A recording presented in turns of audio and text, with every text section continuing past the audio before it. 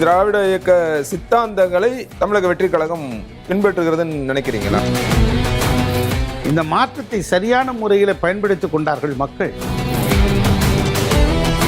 எம்ஜிஆர், அதன் பிறகாக ஜெயலலிதா, அவங்களோட நீட்சியாக தான் திரு முதலமைச்சர் விஜய் இருக்கிறார் அப்படின்றீங்க. அப்படித்தான் இருக்காரா? ரெண்டு பேரும் ஒப்பிடுவது என்பது வெவ்வேறு விஷயங்களில் மாறுபாடுகள் இருக்கலாம். ஆனால்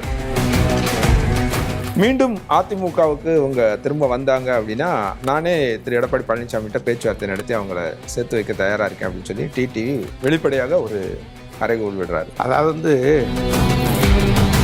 எடப்பாடி பழனிசாமி அவர்களை விட ஒரு மடங்கு அல்ல 100 மடங்கு திராவிட இயக்க சித்தாந்தங்களை உண்மையிலேயே தமிழக வெற்றிக் கழகம் பின்பற்றுகிறதுன்னு நினைக்கிறீங்களா? நிச்சயமாக. இது ஒன்று. இரண்டாவது, அந்த சித்தாந்தங்களுக்கு மதிப்பளித்து தான் அந்த தேர்தல் வெற்றி கிடைச்சிருக்குன்னு. நிச்சயமா நான் அதை அப்படித்தான் பார்க்கணும்.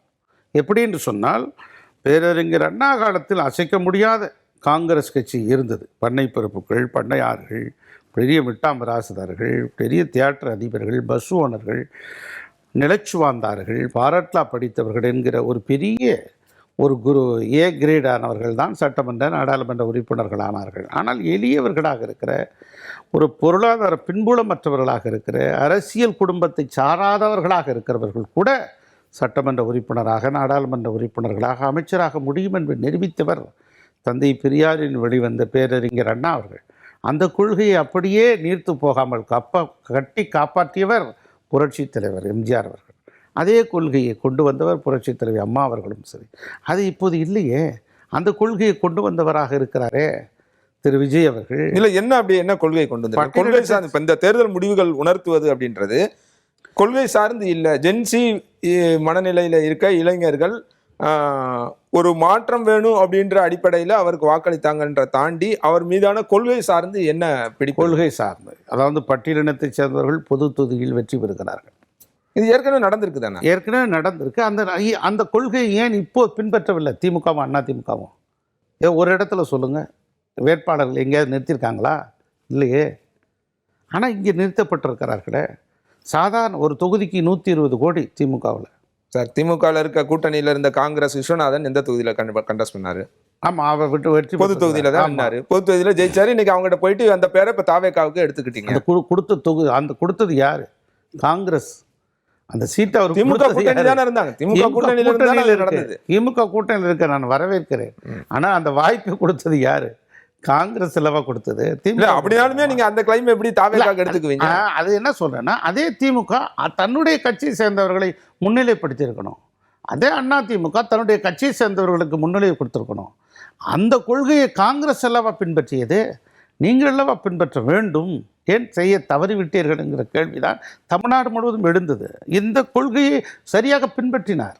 இது தந்தை பெரியாரின் கொள்கை, அண்ணாவின் கொள்கை. இல்லை, கொள்கை தலைவர்களாக அவர்கள் சிலர் வழிகாட்டுறாங்க அப்படின்னா, அவங்கள மேற்கோள் காட்டுறாங்க அப்படின்னா, அந்த கொள்கை வழியாக என்னென்னலாம் இது வரைக்கும் செஞ்சுருக்காங்கன்னு கேட்குறேன் தாவேக்கால. அதான் நான் சொல்கிறேன். இப்போ இல்லை, அதை பின்பற்ற தொண்டர்களுக்கு இப்போ உங்களை மாதிரியான நீங்கள் திராவிட இயக்கத்தில் 40 ஆண்டு காலமாக நீங்கள் பயணித்ததுனால நீங்கள் அந்த கொள்கை நிலைப்பாடோட பிடிப்போட அதை பேசுகிறீங்க. எத்தனை பேர் அது மாதிரி இருக்காங்க தாவேக்கால? நிச்சயமாக நீங்கள் இப்போ நான் உதாரணமாக சொல்கிறேன். 2 ஆண்டுகள் தொடங்கப்பட்ட இயக்கம் தமிழக வெற்றிக் கழகம். இந்த 2 ஆண்டுகளில் எவ்வளோ பெரிய ஒரு தேர்தல் கடத்தில் கூட்டணி ஆட்சியை நாங்கள் தருவோம் என்று சொன்னார். நாங்கள் கூட கூட்டணி ஆட்சி அமைத்தால் மக்கள் ஏற்க மாட்டார்கள், ஒருமித்த ஒரே முடிவைத்தான் எடுப்பார்கள் என்கிற எண்ணம் இருந்தது 50 ஆண்டு காலமாக. ராஜாஜி அவர்களுக்கு பிறகு கூட்டணி மந்திரி சபை யாரும் தரவே இல்லை, அமைக்கவும் இல்லை. ஆனால் இன்று 107 இடங்களை பெற்றிருந்தால் கூட கூட்டணிகளை பங்கு தந்திருக்கிறார். காங்கிரஸுக்கு 2 அமைச்சரவைகள், விடுதலை சிறுத்தைகளுக்கு அமைச்சரவைகள், யூஎம்களுக்கு அந்த வாய்ப்பு, இப்படி வாய்ப்புகளை தந்திருக்கிறார். இல்லை, இன்னொரு விமர்சனம் வைக்கப்படுதில்ல, 107 இல்லாமல் ஒருவேளை மெஜாரிட்டியில் அவங்க ஜெயிச்சிருந்தாங்க அப்படின்னா இந்த கூட்டணி ஆட்சி அமைந்திருக்கும். நிச்சயமாக அப்போ கூட தந்திருப்பார். ஏற்கனவே தேர்தலே சொன்னார், தேர்தலில் கூட்டணி அமைச்சரவை அமைப்போம், வருகிறவர்களுக்கு வாய்ப்பு உண்டு என்று சொன்னார். அந்த வாய்ப்பை இப்போதும் பின்பற்றினார்.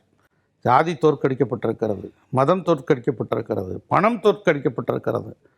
இங்க ஜனநாயகம் வெற்றி திரும்ப திரும்ப இந்த பெற்றிருக்கிறது. வாதம் முன்வைக்கப்பட்டுட்டே இருக்கு. ஜாதி தோற்கடிக்கப்பட்டிருக்கிறது. ஜாதி பார்க்காம அவங்க கேண்டிடேட் போட்டாங்க. இல்லைங்க, அதாவது வந்து ஒரு விஷயம், ஒரு மாற்றம் வேணும், ஒரு சேஞ்ச் வேணும்னு நினைச்சு மொத்தமா வாக்களிச்சாங்க. இதுல ஜாதியே பார்க்கல அப்படின்ற வாதம் எந்த அளவுக்கு சரியா இல்ல இருக்கும்? அது ஜாதியை பார்க்க வாக்களித்தவங்க ஜாதி பார்க்கல. தேர்தல்ல நிறுத்தின வேட்பாளர்கள் ஜாதி பார்க்கப்பட்டு தான் நிறுத்தினாங்க. ஜாதி அதாவது வந்துங்க, நீங்க வாக்களித்தவர்கள் ஜாதி பார்க்கலங்கிறத வெற்றி. அது யாருக்கு கிடைத்த வெற்றி? தமிழக வெற்றி கழகத்திற்கு கிடைத்த வெற்றி. ஏன் இது திமுகவுக்கு அதிமுகவுக்கு கிடைக்கல? அந்த மாற்றத்தை நீங்க உணரணும். திராவிட சித்தாந்தத்தின் ஆணிவேர் தானே தந்தை பெரியார். அவர் ஏற்றுக்கொண்ட தலைவராக கொள்கை தலைவர்களை பற்றி பேசுகிறார்களே. தூய்மைமிக்க இலக்கணமாக திறந்த பெருந்தலைவர் காமராஜன் கொள்கையை ஏற்றுக்கொண்டிருக்கிறார்கள். நம்முடைய அண்ணல் அம்பேத்கருடைய கொள்கையை ஏற்றுக்கொண்டிருக்கிறார்கள். இப்படி அஞ்சலி அம்மாருடைய கொள்கை, வீரமங்கை வேலு நாச்சியாருடைய கொள்கை, இப்படி ஏற்றுக்கொண்டிருக்கிற தலைவர்களின் வழியில் சித்தாந்தத்தில் பிறந்த இயக்கம்தான் தமிழக வெற்றி கழகம். மறைந்த முதலமைச்சர் எம்ஜிஆர், அதன் பிறகாக ஜெயலலிதா, அவங்களோட நீட்சியா தான் திரு முதலமைச்சர் விஜய் இருக்கிறார் அப்படின்றீங்க. அப்படித்தான் இருக்காரா? நிச்சயமாக. அதாவது வந்துங்க, புரட்சித் தலைவர் எம்ஜிஆர் ஒரு மகத்தான மக்கள் சக்தி மிக்க தலைவர். இவருக்கும் அவருக்கும் வேறுபாடுகள் இருக்கலாம். புரட்சித் தலைவர் எம்ஜிஆர் காலகட்டங்கள் வேறு. அவர் திரைத்துறையிலே வளர்ந்தார். திராவிட இயக்கங்களின் பால் பற்றுறுதி கொண்டார். அந்த கொள்கைகளை பட்டி தொட்டிகளெல்லாம் பரப்பி சென்றார். திரு விஜயுடைய காலகட்டம் வேறு. விஜய் வந்து கட்சி தொடங்கி 2 ஆண்டுகளில் உச்சத்தை தொட்டு விட்டார். புரட்சித் தலைவர் அப்படித்தான். கட்சி தொடங்கி 6 மாதத்தில் திண்டுக்கல் நாடாளுமன்ற தேர்தலில் 2 பெரும் கட்சிகள் காங்கிரஸ் தெரியாது இல்ல, அதற்கு முன்பாக அவருடைய உழைப்பு அசாத்தியமானது. அவர் திமுக நீண்ட காலமாக அதே போலதான் மக்கள் இயக்கம் என்று அந்த மாதிரியான உழைப்பு இங்க இல்லைன்றதான விமர்சனம். அதாவது வந்துங்க, இப்ப மாற்றம் தேவைப்பட்டது. இந்த மாற்றத்தை சரியான முறையில் பயன்படுத்திக் கொண்டார்கள் மக்கள். உச்ச நடிகராக இருந்து அந்த துறை அந்த 1000 கோடி ரூபாய் வியாபாரம் ஆகுதுங்க. 1000 கோடி ரூபாய் பிஸ்னஸ் ஆகிற ஒரு நடிகர் தன்னுடைய துறையை விட்டுட்டே வர்றாரு. எனக்கு இதுதான் கடைசி படம் அப்படின்னு சொல்லிட்டு வர்றாரு. அந்த துணிச்சல் யாருக்கும் இல்லையே. 2 பேரும் ஒப்பிடுவது என்பது வெவ்வேறு விஷயங்களில் கருத்து மாறுபாடுகள் இருக்கலாம். ஆனால் புரட்சித் தலைவரை போன்று ஒரு மகத்தான வெற்றி சரித்திரம் படைக்கக்கூடியவராக விஜயை நாங்கள் பார்க்கிறோம். மக்களும் பார்க்கிறார்கள். ரைட். அதிமுகவில் பொதுச் செயலராக இருக்க திரு எடப்பாடி பழனிசாமி, அவரோட நீங்கள் நிறையா நெருங்கி பழகிருக்கீங்க, கூட இருக்கீங்க அப்படின்னும் போது அவரோட செயல்பாடு, அதோட முதலமைச்சர் விஜய், தற்போது நீங்கள் இருக்க கட்சியோட தலைவர் முதலமைச்சர், இவங்க 2 பேரையும் எப்படி ஒப்பிடுவீங்க? இல்லை, அதாவது அவர் வந்து புரட்சித் தலைவர் அம்மாவுடைய மறைவுக்கு பிறகு ஆட்சிக்கு வந்தவர். 4 வருட காலம் இருந்தார். அந்த காலகட்டத்தில் அவர் பல்வேறு வாய்ப்புகளை உருவாக்கினார். ஆனால் அதற்கு பிறகு 5 ஆண்டு காலம் திமுக ஆட்சி வந்துவிட்டது. தற்போது முதலமைச்சராக இருக்கிறார் விஜய் அவர்கள். இந்த குறுகிய காலத்திலே இந்த 90 நாட்கள், இன்னும் 10 நாட்களில் 100 நாட்கள் தொட இருக்கிறது. இந்த 100 நாட்களுக்குள்ளாகவே பல்வேறு ஆக்கப்பூர்வமான ஒரு சித்தாந்தத்தை, சிந்தனைகளை கொண்டு வந்திருக்கிறார்.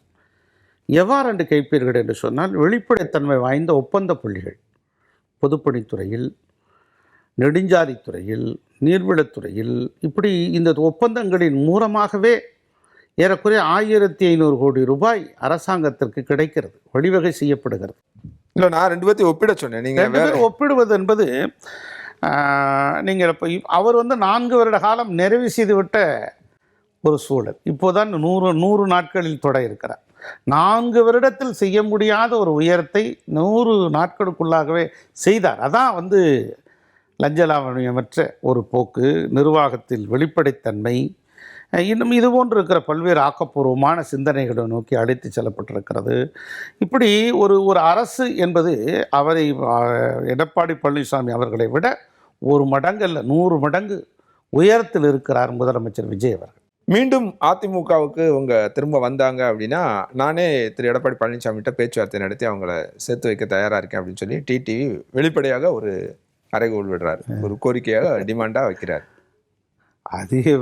அதாவது வந்து ஒரு தாயின் கருப்பையில் இருக்கிற குழந்தை வெளியே வந்து விடுகிறது. பிரசவமானதற்கு பிறகு மீண்டும் தாயின் கருவறைக்கே செல்ல வேண்டும் என்று ஆசைப்பட்டால் நடக்குமா? தாயோட அரவணைப்பில் இருக்கலாம் இல்லையா? தாயின் அரவணை காலம் கடந்து விட்டது. காலம்தான் எல்லாவற்றுக்கும் விடை எழுதி செல்கிறது. காலத்தின் கையில் தான் இருக்கிறது. அதே காலம் உங்களை மீண்டும் அதை சேர்க்காதுன்னு என்ன நிச்சயம்? சேர்க்க சொல்ல முடியாது. அதற்கான வாய்ப்புகள் இல்லையா? வாய்ப்புகள் நம்ம தமிழ் இலக்கியம் இருக்கிறது, தமிழ் இலக்கியத்துக்கான பணிகள் இருக்கிறது. கடந்து போனது கடந்து போனவையாக இருக்கட்டும். தமிழக வெற்றி கழகத்தில் என்னை ஒப்பு கொடுத்து விட்டேன். அந்த இயக்கத்தினுடைய முகவரியாக நாம் செயல்படுவதற்கான வாய்ப்பு எனக்கு தந்திருக்கிறார் விஜய் அவர்கள்.